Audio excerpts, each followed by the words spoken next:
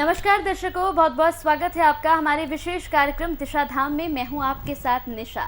दर्शकों, दिशा धाम एकमात्र ऐसा कार्यक्रम है जिसके साथ जुड़कर आप आध्यात्म की ओर अपने कदम बढ़ा सकते हैं। मेरे साथ स्टूडियो में मौजूद हैं गुरु माँ तपेश्वरी नंदा जी। चलिए मिलकर उनका स्वागत कर लेते हैं। बहुत बहुत स्वागत है आपका गुरु माँ।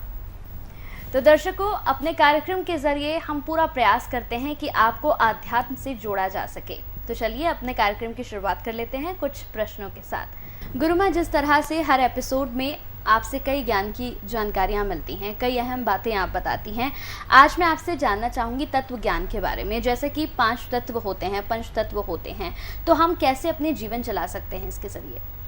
देखिए निशा जी, ये जो हमारा शरीर हुआ या संसार में जीवन यापन करने के लिए जो भी कोई हम कार्य करते हैं, वो सब 5 तत्वों पर ही आधारित है। 5 तत्व सब जानते हैं। 5 तत्व क्या है?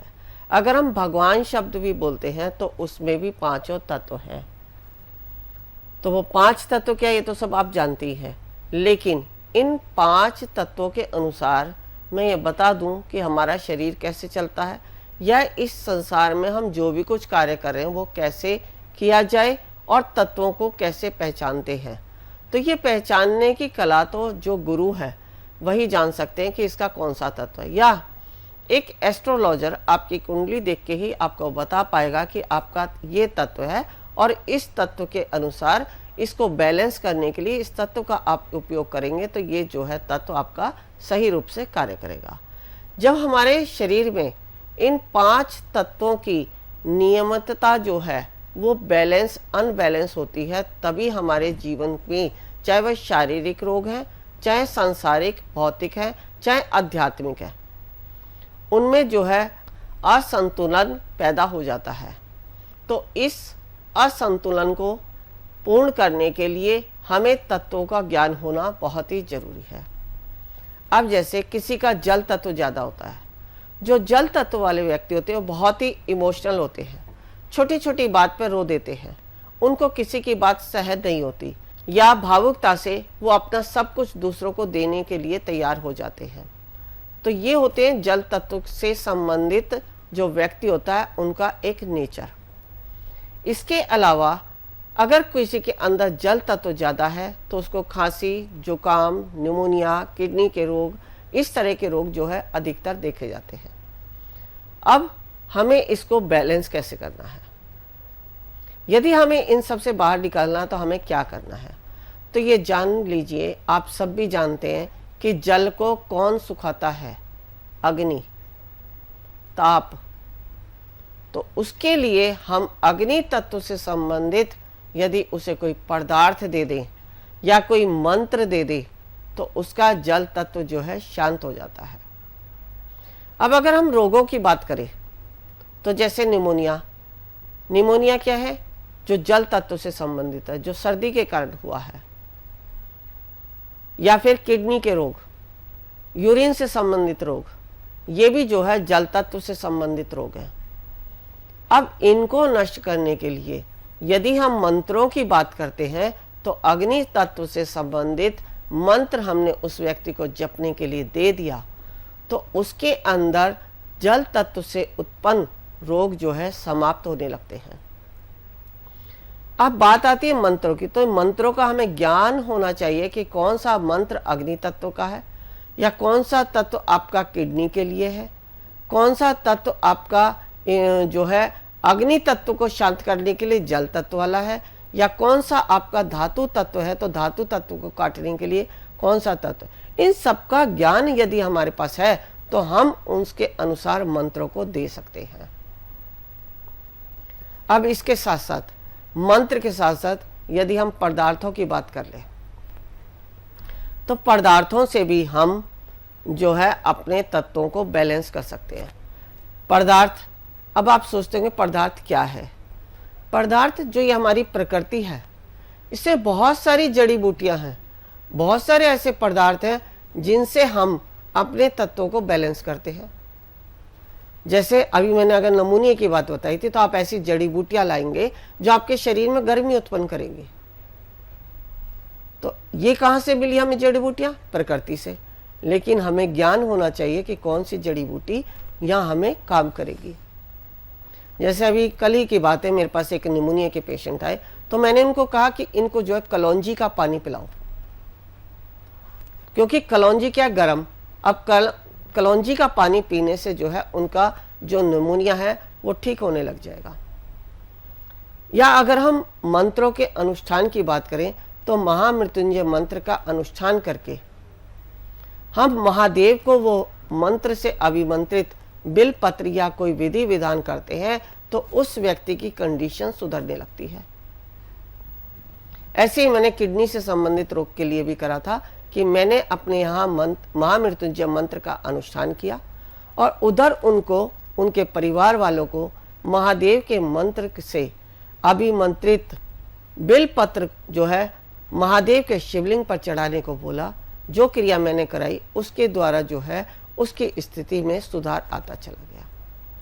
तो कहने का तात्पर्य है, हमें अगर तत्वों के अनुसार विधि पता है कि कैसे ठीक होगा तो हम जीवन में, चाहे शारीरिक रोग है, मानसिक रोग है या भौतिक हमारी जितनी भी समस्याएं हैं उनसे हम निजात पा सकते हैं।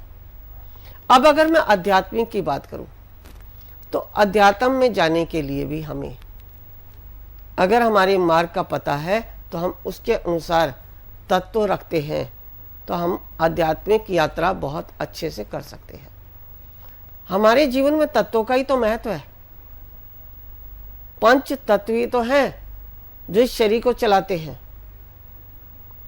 जहां भी कहीं एक भी तत्व हमारा पूर्ण रूप से नहीं है हमारे शरीर में तो हमारा शरीर डगमगाने लगता है, हमारे शरीर में रोग उत्पन्न हो जाते हैं और हमारी भौतिक सुख सुविधाओं में भी कमी आने लगती है। तो इस प्रकार तत्वों को जानकर यदि हम अपने जीवन का समाधान ढूंढते हैं तो भी हमारे जीवन की समस्त समस्याएं दूर होती हैं। अब किसी का अगर धातु तत्व है तो जिनका धातु तत्व होता है वो जब भी कोई बात बोलते हैं तो लोग उससे इरिटेट होते हैं। ऐसे बहुत सारे व्यक्ति होते हैं, कहना बहुत कुछ अच्छा चाहते हैं, उनके दिल में बहुत कुछ अच्छा है, लेकिन जब वो मुंह से वचन बोलते हैं तो उनकी वाणी जो चुभती है। अब ऐसे व्यक्तियों के लिए हमें क्या करना है? तो धातु को कौन गलाता है? अग्नि।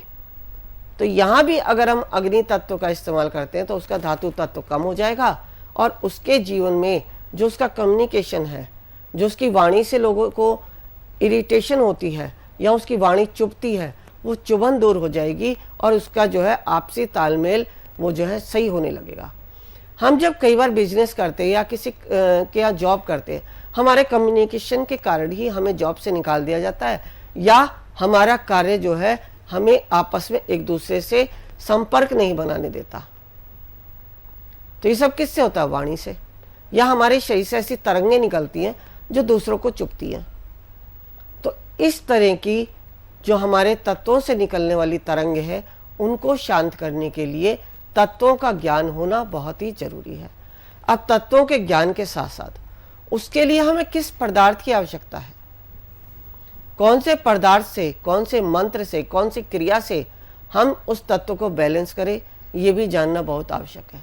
अब ये सारा ज्ञान मैं स्वयं से सिखाती भी हूँ और स्वयं से इसी ज्ञान के आधार पर भी आपके कार्य करती हूँ।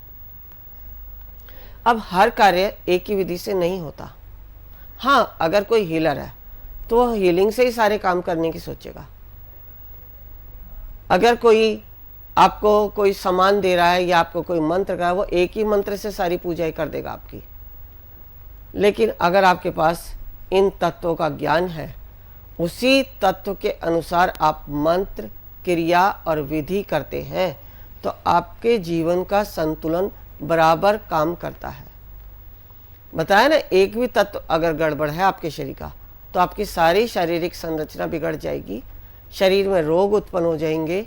अभी दो एक उदाहरण मैंने दिए हैं तो ये तत्वों के आधार पर है। अगर किसी का अग्नि तत्व है तो अब अग्नि तत्व के क्या लक्षण हैं? अगर किसी के शरीर में अग्नि तत्व है तो उसको गैस, एसिडिटी, पित्त, चिड़चिड़ापन, गुस्सा आना, ये सब बातें जो है उसके साथ घटती हैं। वो जीवन में कभी भी बदलाव नहीं कर सकता। वो चाहकर भी चाहे कितने उपाय कर ले लेकिन फिर भी उसके जीवन में अग्नि तत्व की जो अधिकता है वो कम नहीं होती। तो अग्नि तत्व को शांत करने के लिए यदि हम जल तत्व से संबंधित कोई मंत्र ले लें या पदार्थ ले लें तो हमारा वो अग्नि तत्व शांत हो जाता है और उस तरह की समस्याएं हमारे जीवन से निकल जाती हैं। तो इस तरह तत्वों का ज्ञान होना, तत्वों के अनुसार पदार्थ का इस्तेमाल करना, मंत्रों का इस्तेमाल करना हमें आना चाहिए कि हमें कौन से तत्व के लिए कौन से मंत्र की आवश्यकता है, कौन से पदार्थ की आवश्यकता है। पदार्थ का हमारे जीवन में बहुत ही महत्वपूर्ण स्थान है। पदार्थ जो है, अगर हम ग्रह नक्षत्रों की भी बात करते हैं तो वह भी जो है हमारे शरीर के अंदर या हमारी जो हम संसार में रह रहे हैं, भौतिक सुख सुविधा या आध्यात्मिक उन्नति है, उसमें जो है ये ग्रहों जो है तत्वों को ही बैलेंस अनबैलेंस कर देते हैं। तो इन ग्रहों की स्थितियों को सुधारने के लिए, शारीरिक रोगों को सुधारने के लिए, सांसारिक जीवन को भोगने के लिए, आध्यात्मिक उन्नति के लिए यदि हमें तत्वों को पहचान लिया तो हम जीवन में सफलता की ओर आगे बढ़ते हैं। ऐसे सफल होने के बहुत सारे आयाम हैं हमारे पास। ये तो अभी थोड़ा थोड़ा मैं आपको बता रही हूँ, लेकिन जब आप सीखने के उस पर आएंगे तो आपको बहुत कुछ मिलेगा। आप ये सोचेंगे कि ये शायद हम जीवन में इसीलिए असफल रहे हैं कि हमें इस चीज़ का ज्ञान ही नहीं था, ये चीज़ हमने पहली बार सुनी है। जैसे अगर मैं बात करूं, बहुत सारे लोग सियार सिंगी क्या है? अग्नि तत्व। तो जल तत्व को समाप्त करने के लिए सियार सिंगी रखी जाती है। बिल्ली की जेर क्या है? जल तत्व। तो अग्नि तत्व को शांत करने के लिए बिल्ली की जेर।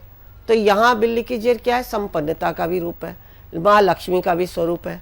तो जो है बिल्ली की जेर हम जब रखते हैं तो अग्नि तत्व को शांत करके वो हमारे जीवन में जो है धन की वर्षा करती है। क्योंकि जब हमारा अग्नि तत्व शांत हो गया तो हमारा कम्युनिकेशन, हमारी जो हम दूसरों को इरिटेट कर रहे थे वो बैलेंस हो गया। और जैसे ही लोग हमसे जुड़ने लगे, हमसे इरिटेट होना बंद हो गए, तो हमारे पास जो है आपस में कम्युनिकेशन बढ़िया हुआ और एक दूसरे के आदान प्रदान में हम एक दूसरे के सहयोगी हो जाते हैं। तो इसलिए आपस में तालमेल बनाए रखने के लिए एक दूसरे की हमें आवश्यकता पड़ती है और उस आवश्यकता के लिए हमें बहुत कुछ जानना जरूरी है। जैसे ग्रह नक्षत्रों का महत्व है, वैसे ही तत्वों का है। वैसे ही जीवन में यज्ञ है, मंत्र है, पदार्थ है। ऐसा बहुत बड़ी हमारी विराट सृष्टि है, इसमें बहुत खजाना है। आप जितना निकालोगे उतना मिलता जाएगा और उतने से ही आप यदि जीवन में लाभ उठाओगे तो लाभान्वित होते जाओगे। हाँ, अब ये जानना भी जरूरी है कि किसके लिए क्या आवश्यक है, किसके लिए क्या नहीं। अगर सबने मान लो ये चीजें रख भी ली तो सबको लाभ नहीं मिलता। अब ग्रहों की स्थिति को देखते हुए, पदार्थ को देखते हुए, या जीवन में और भी बहुत सारे दोष होते हैं जिन दोषों के लिए मैं अगले एपिसोड में आपसे चर्चा करूंगी कि और कौन से दोष हैं जो हमारे जीवन की व्यवस्था को अस्त व्यस्त कर देते हैं। ये अभी जैसे तत्वों का बताया, तो ये सारी समस्या हम लामा फेरा से भी दूर कर सकते हैं, ये सारी समस्या हम शाल्विक से भी दूर कर सकते हैं, और ये सारी समस्याएं हम किसी समर्थ गुरु से ज्ञान प्राप्त करके उनके द्वारा प्राप्त सामग्री या उनके द्वारा प्राप्त मंत्र के द्वारा या उनके द्वारा किए गई क्रिया, चाहे वो यज्ञ है, चाहे वो दीक्षा है या कुछ भी है, उसके द्वारा हम अपने जीवन को सफलता की तरफ ले जा सकते हैं। हमारे जीवन एक ही उस पर आधारित नहीं है। हमारे जीवन में बहुत कुछ है, इस संसार में बहुत कुछ है, हमें बहुत कुछ आवश्यकता पड़ती है। जैसे अभी हम अगर भारत में रह रहे हैं या भारत से बाहर विदेशों में हैं, तो वहाँ के कल्चर के अनुसार हमारा खान पान, पहनना ओढ़ना अगर हम करते हैं तो उस एटमॉस्फेयर में हम मिल जाते हैं, अगर नहीं करते हैं तो नहीं मिलते। ऐसे ही इस जीवन को यापन करने के लिए यदि हम अपने जीवन को किस प्रकार चलाना ये समझ लिया तो हम बहुत अच्छे से, सरलता से, सुगमता से जीवन यापन कर सकते हैं।